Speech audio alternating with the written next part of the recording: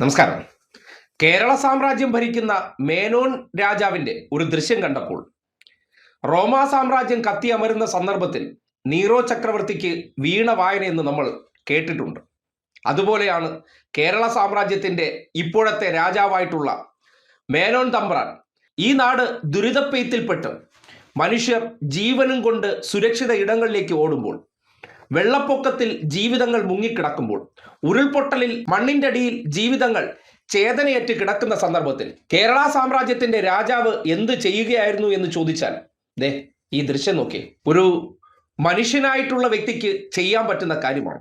അതായത് അധികാരം ഏറ്റെടുത്ത പുതുമണവാളൻ ആണല്ലോ നമ്മുടെ നാട്ടിൽ അവരുടെ ഹണിമൂൺ പീരീഡ് എന്നാണ് പറയപ്പെടുന്നത്. ആ സന്ദർഭത്തിൽ ആ നാട് കണ്ട ഏറ്റവും വലിയ പ്രളയ സമാനമായിട്ടുള്ള പ്രകൃതി ദുരന്തം, അതിനെ നയിക്കുന്ന വ്യക്തി ആദ്യം ചെയ്ത പ്രവൃത്തി എന്താണെന്നറിയും? മാധ്യമങ്ങൾ ചോദ്യമായി ചെന്നു. നോക്കി.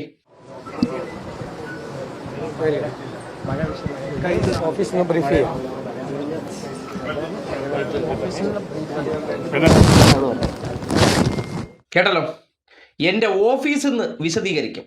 എനിക്കതിന് സൗകര്യമില്ല. അവിടെ ഒരുത്തനെ പൈസയും കൊടുത്തിരുത്തിയിട്ടുണ്ട്. അവൻ കാര്യങ്ങൾ നോക്കിക്കോളൂ. എനിക്ക് വേറെ ചില ജോലികളുണ്ട്. കാര്യം എൻ്റർടൈൻമെൻറ്റ് മൈൻഡിലാണല്ലോ. അപ്പോൾ എന്ത് ചെയ്യണം? രാവിലെ ഹെലികോപ്റ്റർ വെറുതെ കിടക്കുന്നു. ആ ഹെലികോപ്റ്റർ എടുത്തുകൊണ്ട് സർക്യൂട്ടിന് അങ്ങ് ഇറങ്ങുകയാണ്. രാവിലെ 7 മണിക്ക് തന്നെ നേരെ എന്ത് ചെയ്തു? ഒരു തുലാഭാരമായി കളയാം. കാര്യം മഴയൊക്കെ അല്ലേ, വേറെ പ്രത്യേകിച്ച് ജോലിയൊന്നുമില്ലല്ലോ. അപ്പോൾ കുറച്ച് ഭക്തി വേണ്ടവർക്ക് ഭക്തി അങ്ങ് കൊടുക്കാം. അങ്ങനെ തുലാഭാരത്തിൽ തുടങ്ങി. പിന്നെ അമ്മാവൻ വയ്യാതെ കിടക്കാണ്. അമ്മായിയപ്പൻ എന്ന് പറഞ്ഞാൽ നമ്മൾ എന്ത് ചെയ്യണം?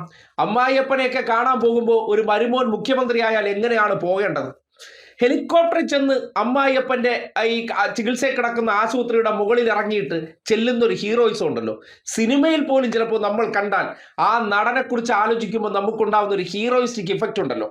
അതായിരുന്നു അടുത്ത പരിപാടി. അതിനുശേഷം നമ്മൾ കരുതും ഒരു മഴ അവലോകനമാകാം. ഇത്രയും പേര്, പ്രത്യേകിച്ച് അദ്ദേഹത്തിന്റെ സർക്കാരിന് വലിയ പിന്തുണ കൊടുത്ത കോട്ടയം ജില്ല, ഇടുക്കി ജില്ല, പത്തനംതിട്ട ജില്ല, ഈ ജില്ലയിലെ മനുഷ്യരെല്ലാം ഈ ദുരന്തപ്പെയ്ത്തിൽ ജീവിതങ്ങൾ താറുമാറായി കിടക്കുന്ന സന്ദർഭത്തിൽ അവലോകന യോഗം ചേർന്ന് ഉടനടി ഡിസാസ്റ്റർ മാനേജ്മെന്റ് കൈകാര്യം ചെയ്യേണ്ടത് ആരാണ്? മുഖ്യമന്ത്രിയാണ്. ആ മുഖ്യമന്ത്രി എന്ത് ചെയ്തു? അത് ചെയ്യുമെന്ന് നമ്മൾ കരുതി. അല്ല, നേരെ വിട് പൊന്നാനിയിലേക്ക്. കാര്യം കോഴിക്കോട് മഴയുണ്ട്, 10 ജില്ലകളിൽ റെഡ് അലർട്ടാണ്. സ്വാഭാവികമായിട്ടും പൊന്നാനിയിൽ ചെന്ന് കഴിഞ്ഞ് നമ്മൾ എന്ത് കരുതും? അവിടെ ഒരു അവലോകന യോഗം ചേർന്നിട്ടുണ്ടാവുമെന്ന്. അവലോകന യോഗം ചേർന്നു. ആ അവലോകന യോഗം നിങ്ങളൊന്ന് കാണണം. ദേ നോക്കിയേ, യൂത്ത് ലീഗ് നേതാവിന്റെ വീട്ടിൽ ഒരു പ്രത്യേകതരം അവലോകന യോഗം.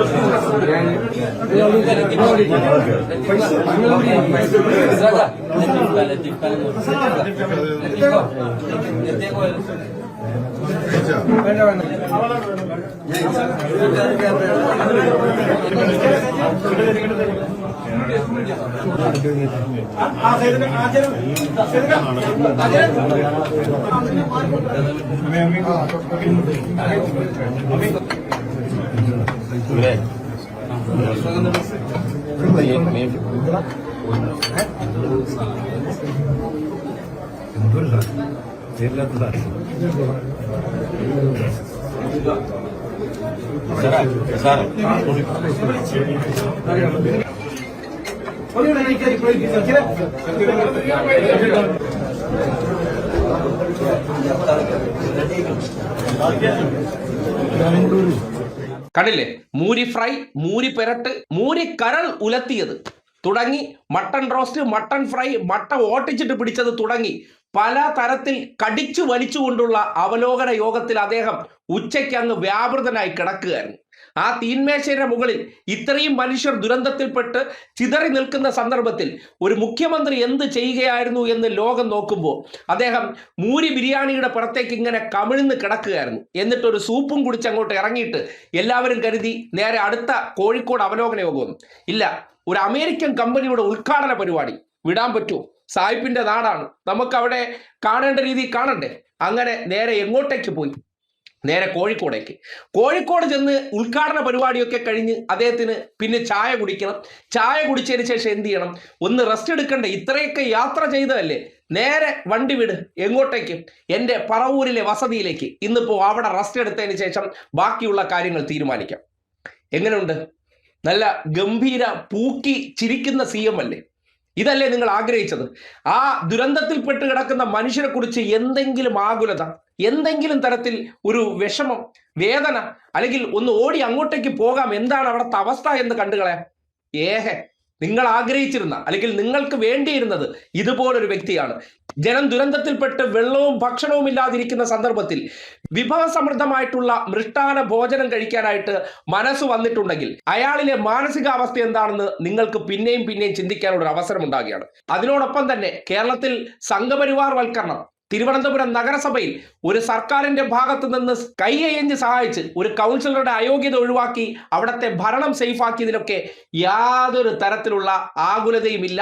വളരെ സന്തോഷപൂർവ്വം ഇത്തരം പ്രവർത്തികൾ ചെയ്യുന്ന ഒരു മുഖ്യൻ, അതാണ് നിങ്ങൾക്ക് ആഗ്രഹിച്ചിരുന്നത്.